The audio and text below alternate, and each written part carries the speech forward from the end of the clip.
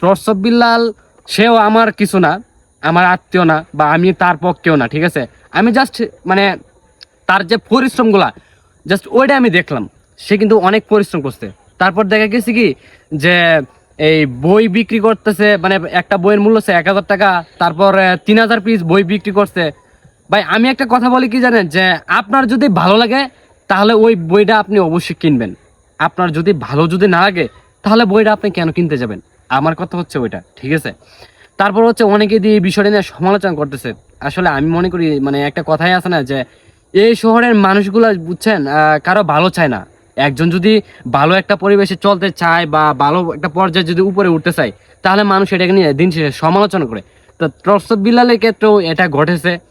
তো ভাই আমি এটাকে বলবো না যে আপনারা এটা খারাপ দৃষ্টিতে দেখবেন, আমি জাস্ট একটু বুঝাই দিলাম যে মানুষ এরকম কেন, যে টর্চব বিল্লালের মানে উন্নতিটা দেখলো, টর্চব বিল্লালের যে মানে কষ্টটা বা এতটা কষ্ট করে এই জায়গায় আসছে এটা কেউ দেখে নাই।